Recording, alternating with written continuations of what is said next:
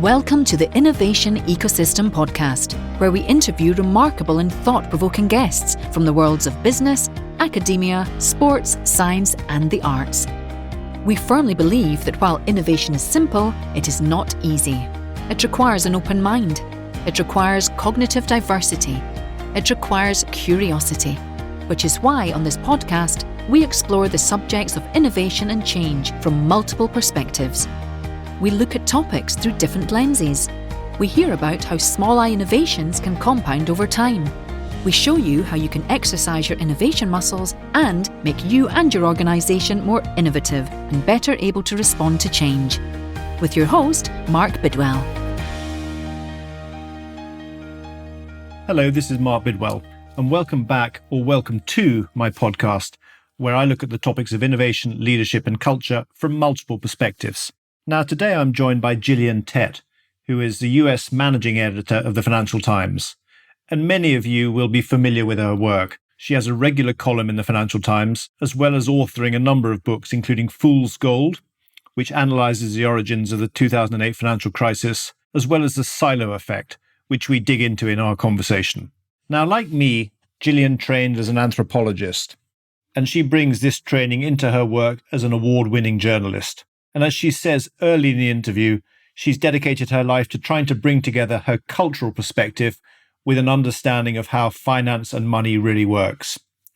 And I've been reading her articles in the FT on a regular basis for a number of years, having first come into contact with her while I was working at Syngenta. And when I finally did get to meet her, she said something to me that was very profound, that an anthropologist is always doomed to be an outsider by virtue of our training, a training that enables us to telescope in and telescope out of cultural contexts. So I was perhaps understandably nervous about interviewing such an accomplished interviewer herself, but she did go easy on me, and we kicked off by Gillian describing why her PhD thesis, which was studying wedding rituals in Tajikistan, enabled her to make sense of an arcane derivatives conference on the Côte d'Azur in 2004. And she explains why anthropologists are in such high demand in all sorts of companies like Amazon, Nike, Intel, and others. And we talk about the irony of the fact that even though technology was supposed to connect us, in fact, it served to fragment our society, and in her words, to make us more prone to silos than ever before. Now, the good news is that there are things we can do to overcome this, and she gives examples of the companies and individuals who go out of their way to break down silos, to burst out of their bubbles. And this is a theme that we've explored with previous guests in past episodes. And we also cover other fascinating topics like what are the taboo topics in the world of finance today, on the basis that by looking at these social silences, you can identify some of the potential sources of future problems. And this is a really important conversation because it illustrates how valuable a fresh perspective, in this case, that of an anthropologist turned journalist, can be in looking at complex issues. And like journalists, anthropologists are trained to observe without judgment, to look at problems systematically, top down and bottom up, and they're able to more clearly see things that are often invisible to the actors in the story. And I would argue that these three skills are key for today's leaders who recognize that the playbook that they've relied on in the past no longer works in this VUCA, this volatile, uncertain, complex, and ambiguous world that we live in. So here is Gillian Tett. So Gillian, opening question. How did you go from studying wedding rituals and ethnic conflict in Tajikistan to being US managing director of the Financial Times? Well, it's certainly not an obvious career path, and it's certainly not something that I would ever have recommended or imagined could happen. But essentially what occurred was that back in 1991, I was finishing off my PhD. I'd been studying in Tajikistan, and I went back to the Financial Times to do an internship for the summer. And while I was actually being an intern on the foreign desk, the Soviet Union started to break up, and I turned out to be the only person who spoke Russian. So I went from making the tea to writing pieces, and then got sent out as a cub reporter to the former Soviet Union. And basically one thing led to another. And certainly when I joined the FT initially, I was thinking, well, I'd do economics and finance for a very short period of time and then go on to do something which I considered to be more important back then, which was to write about foreign policy and small wars and things like that. But after spending a bit of time at the FT, I realized that actually, if you don't understand how money works and how finance works, you don't really understand how the power structures in the world work. So I've dedicated my life to trying to bring together my cultural perspective with an understanding of how finance and money works. And we should, I'll call it out. The PhD was in anthropology, which we'll come back to in a minute. But the first book in 2009, which you wrote, Fool's Gold, it kicks off with this wonderful description of you at a banking conference in Nice in 2004, where you say you were kind of initially baffled by everything that you were hearing and seeing and observing. And then you were sort of overcome by déjà vu from your field work. So maybe you can just say, for people perhaps who don't know what anthropology is, what was actually going on in your mind as you, what was the déjà vu about? Well, most people think that anthropology is about Indiana Jones style adventurers who go off and look at cannibals or remote tribes in the jungle, or they think it's about bones and exotic rituals or the kind of thing you see on the Discovery Channel. And in some ways, that's quite understandable because, in fact, the roots of anthropology as a discipline come from the Greek anthropos, who means to study mankind, the human condition. And originally, Victorian academics did indeed tend to go off to jungles and exotic places. And even now, in the last 5 decades or so, many anthropologists have focused in the emerging markets or in seemingly far-flung areas. But what's happened recently is that anthropologists have realized that their insights are not just valuable in the Amazon jungle, but looking at the modern economy, even a company like Amazon. And increasingly, the way that anthropologists define themselves is as academics who look at the human condition by trying to understand complete cultural and social systems. Effectively, what they do is they look at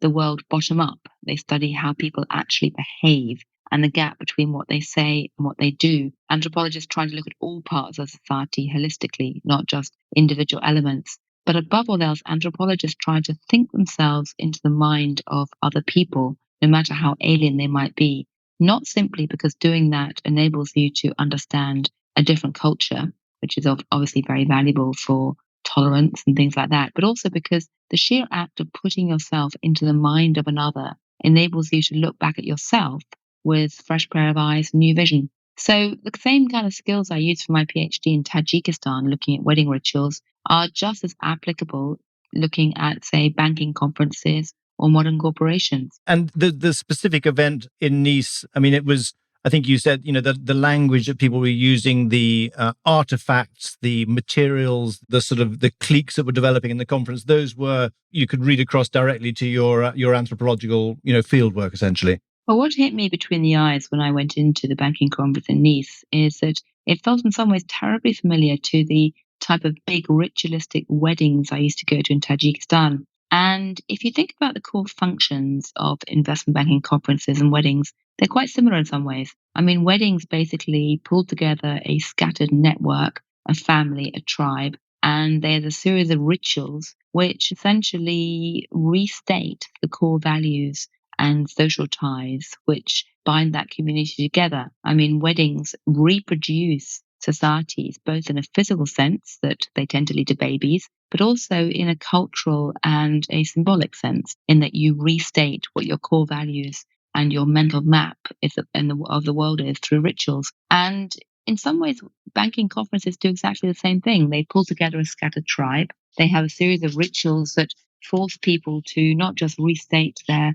loyalty to each other and their core shared identity, but also their shared worldviews. And they do that both through overt rituals like PowerPoints or speeches or conference agendas and things like that, where the scattered tribe literally says, this is what we care about, be that securitization or anything like that, but also through all the informal rituals, which are just as important. And it's all that sort of hovering around the bar together and talking. And one of the things you learn as an anthropologist, which is incredibly powerful for any executive, is that it's not just what people talk about which matters, it's what they don't talk about. It's what people call the social silences. So the social silences that I observed at the banking conference in Nice back in 2005 were actually just as important as the PowerPoints. Interesting. And when you say social, is that the same as this concept? I was going to come to it, but seeing as you raised it, is that the same as the concept of the non-dancers? Well, I referred to the non-dancers in a later book I wrote, drawing on the works of a French intellectual called Pierre Bourdieu, who was incredibly influential in my own thinking. And I think is one of the most brilliant intellectuals that's barely known outside the French-speaking world, but ought to be better known. And Bourdieu was a person who argued that it's not just what people talk about in public or what's deemed to be inside the area of acceptable dialogue that matters. It's the social silences, the blank spaces on the map that really matter. And early on in his career, he went to a dance in rural France and was doing an anthropological analysis of that. And he noticed that the people who were really important were not just the people who were dancing in the middle of the village hall where all the attention was focused, but the people who weren't dancing, the people around the edge who were invisible because they weren't dancing. And yet actually their role within the bigger structure was very, very important. And as anyone knows, inside any big company, any big market, any big institution, or any big corporate function, all the attention gets focused on the parts of the gathering that's in the light. But it's the bits in the shadows, the bits that people like to ignore, which are often really, really important. Yeah. And we'll come back to that book, the second book in a minute, Gillian. But one of the things that when we first spoke, you said to me, which really resonated, because I've, like you, have got a degree in anthropology, is that you're doomed to be an outsider if you study anthropology. And you've been with the FT for many years, and you do, as you say, attend lots of events. Tell me, do you still, when you go to a bankers convention or when you go to Davos or whatever it is, are you able to continue to have that outsider perspective, or have you gone a little bit native over the years? That's a very good question because, a great anthropologist is someone who's an insider, outsider. You're basically sufficiently embedded in a culture to understand many of the core rituals and above all else empathize with that point of view. But you're also an outsider in that you're not of that culture and you can step back periodically and put it in a wider context. And in its best iteration, anthropology is a bit like having a telescope in, telescope out. You empathize and then you step out. You empathize and you step out. In many ways, that's what a good journalist should be doing as well. It's fantastically hard. And the reality is that one tends to either end up being too much of an outsider and not understanding what's going on, or too deeply embedded in a culture and essentially going native. And there's been times in my life when I've had to realize that I was going native and had to step back and vice versa. So, it's like the human condition. You have good days when you improve, you have bad days when you slip up. You have to try and keep a constant check on yourself to maintain that insider-outsider perspective. Yeah. So, anthropologists are used, in lots of companies, like the likes of Intel. I think Tom Kelly, the founder of IDEO, puts a lot of the success of the company down to using anthropologists. What else can or do anthropologists bring to companies? Well, anthropology was used by companies in the 30s and 40s a bit, and then it fell very much out of favor in the middle of the 20th century, partly because anthropologists themselves went on a very progressive track and didn't want to work for commerce, but also because many companies were suspicious of them. But one of the fascinating things in the last couple of decades has been that anthropologists have increasingly been courted by businesses and by consultancies. And that's really down to three key things. Firstly, that as the world has become dramatically more global and companies have become more globalized and globally integrated, companies have realized increasingly that they need to look at their consumers in different ways. And they can't just assume that everyone around the world is going to behave as a 25-year-old product designer in Silicon Valley might presume. That you have to look at consumers and get inside their minds and understand them. Secondly, as companies have become more global, they realize that actually their own employees are increasingly coming from diverse cultures, and they need to think about the structure of their companies and how they interact and how they communicate. And then again, that requires an ability to be an insider-outsider and step out of yourself and think about these structures in your company and the way that they can sometimes be very, very perverse. And the third point, which fascinates me in particular right now, is that technology has upended not just the way that many businesses work through incredible disruption, but it's also upended the way that we communicate and live as human beings. And what is fascinating and incredibly ironic is that most people think that the digital revolution has made social sciences less important in some ways because computers are computers and it's all about numbers, and numbers and digits don't appear to have any cultural affiliation. A zero is a zero anywhere in the world. But in reality, the more that digital technology upends our life and upends corporate world, the more we need to think about culture, because human beings input data into computers. They design the computers. They shape how they will be programmed and classify information. And they then interpret what those computers say. And human interaction is being changed in subtle ways by computers all the time. So, strangely enough, at the very moment that social science would seem to be being displaced by computers, many tech companies themselves are scrambling to hire anthropologists to provide a social and cultural analysis to what they're doing, both in terms of how they design computing systems, IT systems, but also how they organize their employees, and perhaps most importantly, how those digital technologies interact with consumers. Interesting.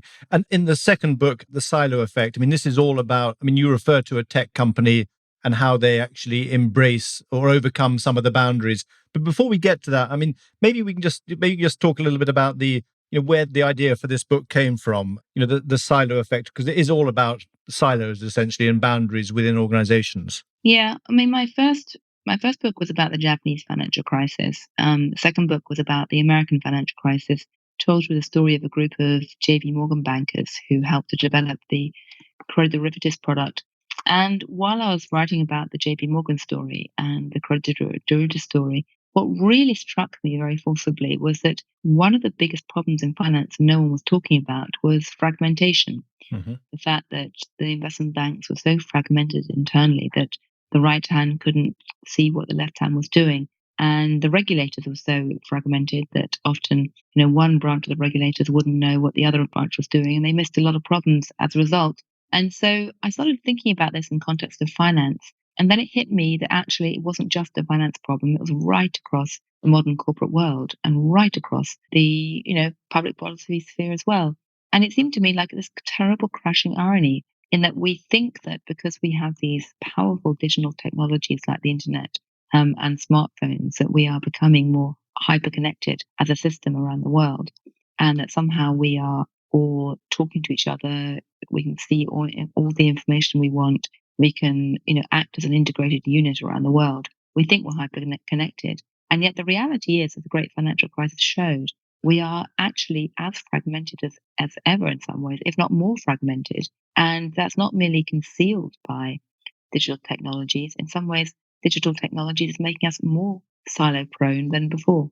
Yeah, yeah. And one example which is very powerful was the Sony example. I mean, I think the chapter around how silos crush innovation. And here I think it started with November 1999. Sony had everything going for it in terms of, this memory stick Walkman, which nonetheless, crashed and burned, and they missed completely I suppose it was the iPod back then, I guess. I mean, and there is this the word silo, I think, is translated in for the CEO as an octopus pot. I think, is that right? Am I right in saying that? Yeah, I mean, in Japanese, the word silo is actually takusubo or takusuboka, which literally means octopus pot. And that's because in Japan, octopus pots, or pots used to catch octopi, are these long, thin pots that the octopus crawls into and then can't crawl out of afterwards. It's a lovely image. I think it's much more exciting than grain silos.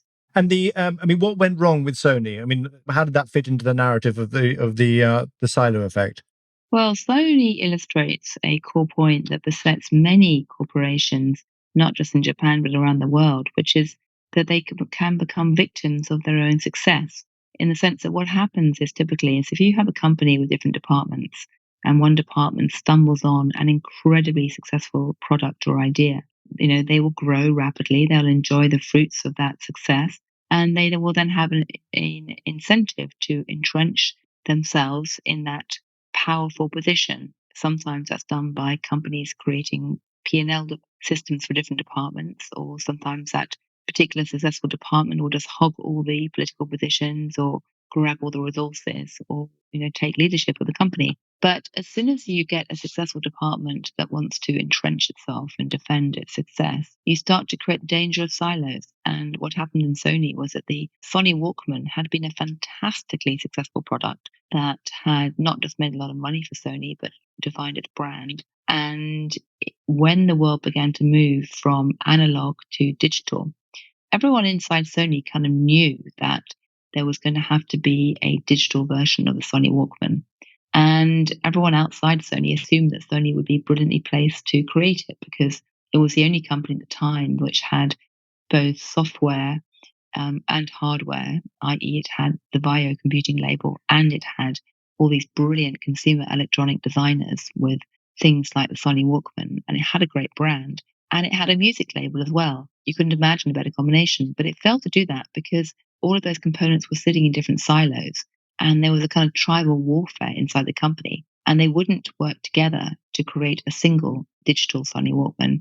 They created a competing product and they failed. Yeah, with pretty dramatic results. And there are also in the book some other examples of silos, some of which from financial services, i.e., either from I think UBS or from the Bank of England. But there are some positive stories in there as well about companies actively managing silos. And maybe we can touch on Facebook now, because I guess the story has evolved since you wrote that chapter. But I mean, there you're talking about how they use technology and how they actively managed the tried to make sure that the silos didn't start evolving and slowing down the growth of the business. Well, Facebook's very interesting because when they were going through their headlong growth period, they were very conscious of looking at companies like Sony and trying to not be like Sony, in the sense that they were very concerned that they would become ridden with silos. And there's a long history of companies in Silicon Valley that start off small and entrepreneurial and then start growing and then suddenly turn into these silo-laden behemoths. I mean, aside from Sony, Microsoft had problems with silos. Sun Microsystems was an absolute classic. Xerox is another one. Yep. So what Facebook did was to introduce a whole series of experiments internally to try and make sure that inside the company, people remained fairly cohesive as an entire unit and had a sense of the entire company's interest, not just individual departments. And in many ways, Facebook has been extraordinarily successful at creating a pretty cohesive employee group where ideas really are shared across the company and where people really do tend to work together as a big whole rather than just scrambling after one tiny department. The terrible rub, though, is that as I wrote in my chapter at the very end, although Sony's done a fantastic job of breaking down silos inside Sony, there was always a danger that it would end up turning into a giant silo of its own and fail to understand or empathize with the outside world and how the rest of the world saw it. And that is exactly what's happened. I mean, I finished my book 4 or 5 years ago and made the point about Sony becoming a silo of its own. Made a point that Facebook coming a silo of its own. Events have played out in that way to an incredible degree. Yeah. And for the sort of the listeners at this point, Gillian, thinking, okay, well, yeah, there are silos live and well in my organization. What are some of the things that they can do to overcome these silos? So if someone's sitting in an organization at the head of a department or a division or even a CEO, what are some of the best practices or tactics that leaders can take to overcome these silos? Well, in my book, The Silo Effect, I actually lay out a number of ideas that leaders and managers can do. And they include things like, the obvious point of trying to make sure that people can rotate from time to time, that the walls of the different departments are porous, in the sense that people talk to each other and actually share ideas. So you can do that through off-sites, you can do that through staff rotations, you can do that through judicious swapping of roles from time to time. I mean, some of the Silicon Valley companies do that through various forms of hackathons where they get people together and force them to work with someone outside their group. You can also do it through another way, which is to make sure that when people join the company, they go through a common training onboarding experience and then are encouraged to maintain those links, even if they end up in different departments, so that they have a second point of contact with other employees beyond just their own department. Those are all very helpful. You can use company-wide platforms for discussion. I mean, the Facebook open platform is quite a good way to encourage that. And you assume that communications go horizontally, not rather just vertically. You can think a lot about architecture. I mean, that can be very helpful.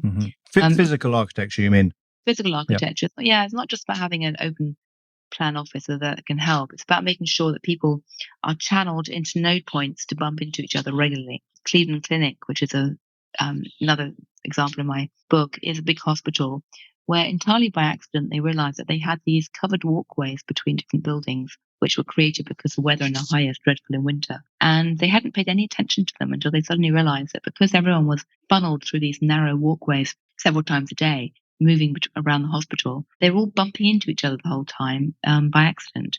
And creating an ability to collide with other people and hang out is, the most powerful thing you can do. But all of that as a manager or CEO revolves around another key point, which is you have to create slack in the system, a tiny bit of slack that gives people the ability to actually step out of themselves and question the silos and the structure they're inhabiting. Because one of the most pernicious problems today is that people are so busy and companies are under so much pressure to be efficient all the time, often for financial reasons, that they tend to get more stuck into silos simply by default. And breaking down silos requires a bit of slack and ability to reimagine the world periodically and to be free to go out and collide and roam and glide with the unexpected. Yeah. And recently you published a piece on Jamie Dimon's bus tour, which kind of got quite a lot of coverage, positive and negative, where he was trying to get out of his bubble with senior leaders and go and visit with customers and employees. I mean, why is it so hard? And in that article, you referred to it being very hard, to see the world through other people's eyes. Why is it so hard for leaders to do that, do you think? Well, I think part of it is that to become a leader in today's corporate structures, you have to be pretty maniacal in your focus. You often have to be pretty focused on, one particular skill or speciality for large parts of your career and essentially have a very, strong sense of self. And that doesn't necessarily make you keen to try and put yourself into the mind of others. Mm. The other issue is simple time. I mean, having the ability to roam and try and be an anthropologist or collide with the unexpected requires time. And having the wisdom and ability to guard slack, both in your own life and in the life of a company, is incredibly hard in today's world. I know because I often fail to do it myself. Yeah. But without slack, without a little bit of slack, we lose creativity and we lose the ability to both be innovative and think up new ideas and to stop and to see risks. And is that the Diamond example? I mean, is that a real outlier, or are you seeing more and more execs recognizing this and actually taking action because of the kind of the cocoons and the silos and the bubbles that I guess are being reinforced by social media? Is it a one-off? Is it an outlier? Well, I think that after I wrote the piece about Jamie Dimon, I got a lot of emails from people saying, oh, well, in fact, Dimon isn't doing it that well. X, Y, and Z executive is doing much better. Really? They've much better ways of doing it. And that's fantastic. I mean, I think, this needs to happen at all levels, at all companies. I do think right now that there actually is a sense amongst some executives about the need to get out and talk and listen. And that's been sparked partly because of the shock around the rise of Donald Trump and rising populism. It's also because in an age of social media, the power structures have sometimes been inverted because where you have angry people wanting to express a grievance against a powerful person, whereas in the past it was very hard to do that effectively, movements like the hashtag #MeToo have shown that actually when you have cyber flash mobs, when you have ideas that suddenly coalesce into movements, powerful leaders can not just be caught out, they can be upended. And so I think there is a growing recognition in the C-suite about the need to actually get out and listen to people. But it's one thing to recognize it, it's another thing to carve out the time to do it. And we all know that's pretty tough. Yeah, absolutely. Now, just coming back to the comment around social silence, which you referred to earlier on. I mean, anthropologists are often very good at looking at sort of taboo topics and picking up on the social silence. I mean, what are some of these topics, or where is the silence that you're seeing in the world, in your area of focus today? I mean, what are the things that are making you wonder or worry based on, identifying these social silences, if you like? Well, back in 2005, what struck me about finance back then was that the big social silence was what people weren't talking about in the media in relation to finance, which was frankly the issue of derivatives and credit. I mean, everyone was writing about, debt. No, not debt. Everyone was writing about equity markets and a bit about currency markets. They were kind of ignoring the debt and credit world, which is one reason I became so fascinated by that. In today's world, I mean, there are a number of areas of similar social silence. I would point to, in the financial sphere, things like the slow burn rolling pensions crisis that almost nobody talks about. Some of the complexity inside the ETF sector is another risk. More widely, I am constantly worried about the whole antibiotic resistance issue, which gets very little coverage in the mainstream media. There are, a number of areas of scientific issues which are complex and geeky and dull. And because they're complex and geeky and dull, they tend to get ignored, which, we absolutely could and should be writing a lot more about. Yeah. So, Gillian, I mean, just beginning to wrap up. I mean, I was biking yesterday with a friend, with our mutual friend, and we were talking about, the Danske Bank, issues, and we were talking about, I was saying how, I was asking him how many people, how many Wall Street CEOs have been prosecuted, and we were having the conversation, I think in the Roman times, an architect would stand underneath the arch as the keystone was put in to make sure they did a decent job, and today a naval commander of a ship, if it runs aground, irrespective of their role, it's a court martial. So there's a very strong sense of accountability in certain cultures or parts of the of society, but not in. It doesn't seem to be easy for us to do it in Wall Street on Wall Street. I just wondered, but why is it so hard to sort of have this kind of, what is it from an anthropological perspective that makes it so hard to have this kind of this sense of accountability? Well, I think that in some ways the problem is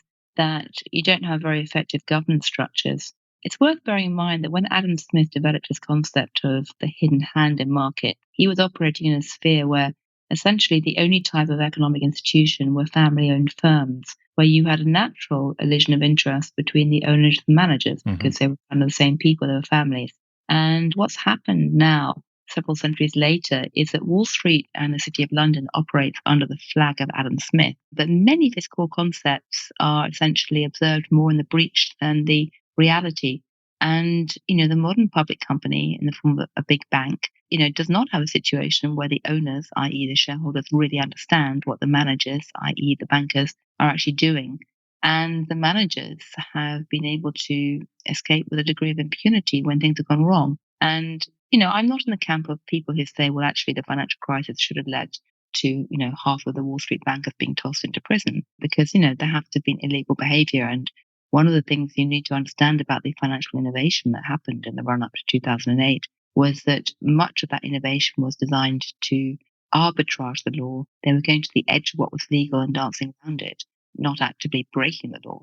And I think that in many cases, you can say that what happened on Wall Street was unethical, but not necessarily illegal. Yeah, yeah. And you can't put people into prison most of the time just for lack of ethics. But having said that, thinking a bit more about the original concept that drove Adam Smith, today would lead you into a situation where you had more risk-sharing patterns afoot in financial institutions if they're taking big risks.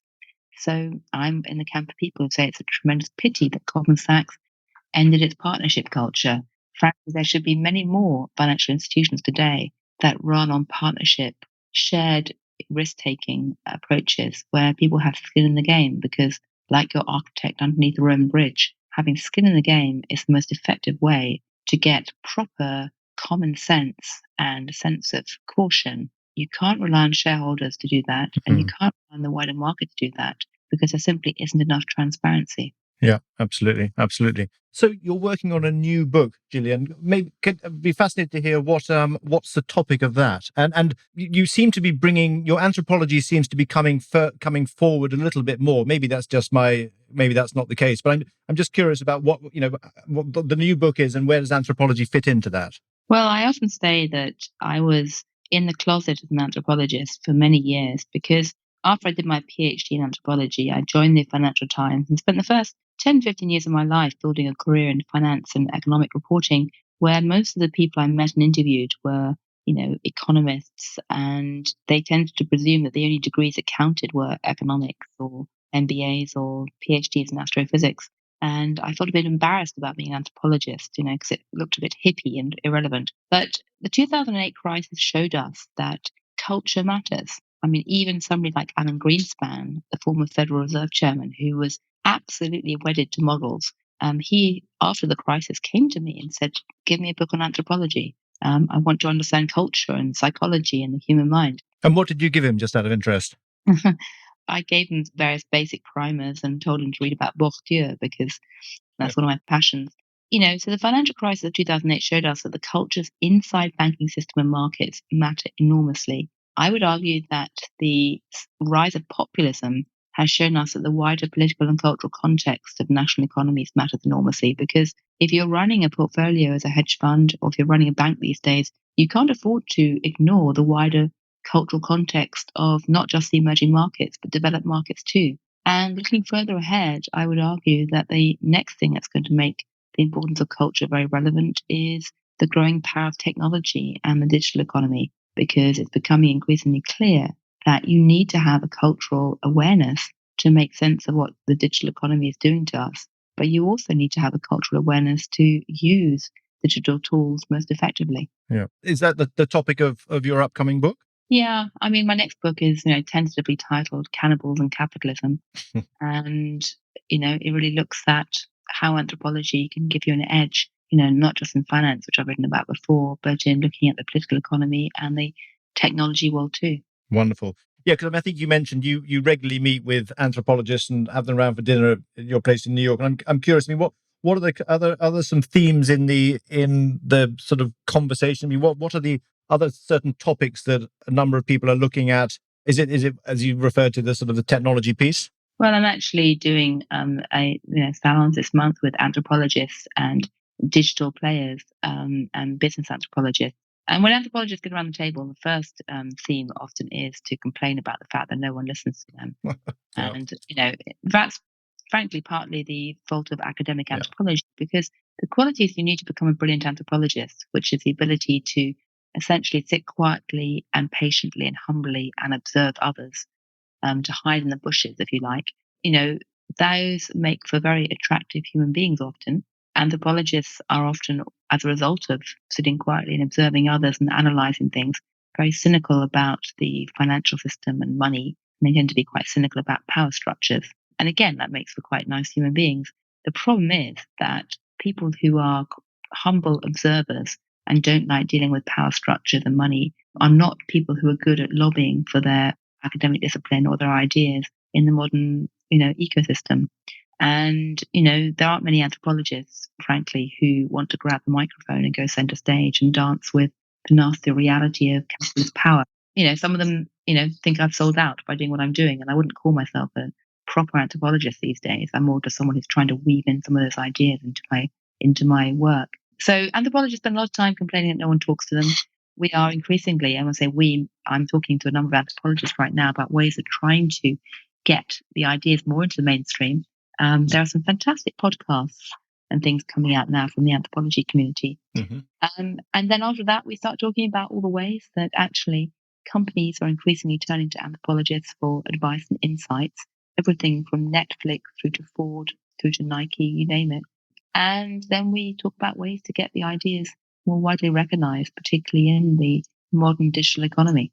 Fascinating. Yeah. Well, I mean, I couldn't agree with you more. I mean, anthropology up against sort of type A, high levels of achievement drive, execs, they don't stand a chance in the current model. But as you say, there's so much richness and relevance and insight that they can bring to the table if they can make themselves heard, I guess. Absolutely. And the question really is how to make yourself heard without selling out the core values that make anthropology so attractive and valuable. And I wouldn't pretend to have had all the answers at all. Working as a journalist, you make a lot of compromises. Mm. That's just the nature of the beast. But my lifelong passion is to try and find a way to act as a bridge between the academic community and the mainstream world, and to convince people of the power of that simple precept at the heart of anthropology, which is that if you try very hard to understand someone else's mindset, to walk in the shoes of another, you don't just understand how another culture operates or how another, consumer base or company or another world, but you can then use those insights to look back at yourself and understand yourself better, for both better and worse. Yeah. Wonderful. Gillian, need to wrap this up because I know time's tight. So the 3 questions which I sent through to you, which we discussed earlier on. For the first one, what have you changed your mind about recently? I have been forced to recognize that I did not really understand how a large part of the English voting base felt about the European Union. Mm-hmm. Someone like me, who is very much a global citizen, presumed that the European Union membership was automatically a good thing. Brexit was a brutal slap in the face for me, a total shock, and a lesson in, frankly, my own arrogance. Yeah, and this will probably have gone out before the end of what is it? Is it March the 30th? I think is the deadline, the date, right? Yeah, next spring. Yeah, next spring. Second question, where do you go to get fresh perspectives to stay innovative and creative? Well, I try very hard to create some slack in my own life to collide with the unexpected, and I most often fail, but I try and put myself into unexpected places and, accept unexpected invitations to different places and just try and listen and just try and listen. And I say I'd be lying if I said I managed to do as much as I wanted to, but just trying to collide with the unexpected is, what I try and do, and learn new things. And I can guarantee that it's 9 times out of 10, it's that invitation to lunch with something that I kind of on the day think, oh God, why on earth did I agree to do that? Yeah. Or an invitation to go and speak somewhere unexpectedly. I think, God, what am I doing? But often it's the events that I think is going to be most boring or most useless that suddenly turn out to yield a nugget. That's interesting. Yeah. And is the converse true as well or not? Quite often, yeah. Okay. Ploughing in a field that's well furrowed is often not particularly valuable. Yeah. And then the final question, Gillian, what's been your most significant low? What have you learned from it and how have you applied that learning? I've had many lows in my careers. Anyone who thinks that, careers go in a single upward arc is wrong. I think probably one of my most valuable lows was being rejected for 4 jobs inside the Financial Times that I wanted back in the early part of the last decade in quick succession. And then stumbling into the capital markets role almost by accident. And I initially thought, oh, goodness me, what am I going to do with this? And I was pregnant at the time and I thought, hey, I'm probably on the mummy track. But actually, it turned out to be the best thing that's ever happened to me. And sometimes going into an area that seems like a backwater, that's not very exciting, sometimes being turned down for a job you really wanted and being forced to take another one. Sometimes, just sometimes, that can turn out to be the best thing possible because it means you end up in a place with no expectations and a lot of freedom to experiment and the chance to actually, once again, collide with the unexpected and show people that there's another way to approach life. Yeah, lovely. Where can people get in touch with you or where can people sort of follow your work? Well, they can subscribe to the Financial Times. Yep. Of course, I would say that because I know anyone who buys the FT is paying my salary, so thank you. I tweet under my handle @Gillian Tett. I also, there are books I've written and things, or I put my email address at the bottom of my columns on the FT, and I do my best to try and deal with that myself and answer that myself. Don't always manage to do that. I try to, if nothing else, because that's another way of colliding with the unexpected. Yeah, absolutely. And we'll put all of those in the show notes along with this transcript. But Gillian, it's been a real pleasure having you on the show. I've been very, very keen for a long time to record this conversation, and many thanks for your time today. And you're looking forward to the new book coming out. Is there a date planned, or is it still too early for that? Much depends on what happens to Donald Trump and whether he continues to dominate news flow. Yeah. And if anyone can predict that, they probably are a gazillionaire. But 2019 or 2020? Probably 2020, alas. Okay, super. Well, very much looking forward to that. And thanks very much for your time and have a great rest of the week. Thank you. Thanks a lot. Bye. Bye. Hi, this is Mark again. Now, meeting Gillian and reading her books and reflecting on her different perspective has really shifted how I think about my work, as well as, for the first time ever, enabling me to draw a really clear line from my university studies through my time in the corporate world up to today with the podcast, with the work that I do with groups and with individuals. And I often used to say that Drucker was right and that culture eats strategy for breakfast. And of course, an anthropologist should say that. But Gillian's work and the world that she has reconnected me to has given me renewed energy to explore this topic. So let me end with a couple of questions for you. First, what are the taboo topics in your organisation? Where is there social silence? And if Gillian is correct, then these are likely to be topics that can have a fundamentally negative impact on your organisation if they remain unaddressed. And what can you, as a leader, do about it? And second, how do you personally go about increasing the likelihood that you will collide with the unexpected? And this is a variation on the question that I ask all my guests relating to how they remain fresh and creative and innovative. So I hope you've enjoyed this podcast. Let me know your thoughts. I'm on LinkedIn and on Twitter. And until next time, have a great week. This is Mark Bidwell, changing perspectives one podcast at a time.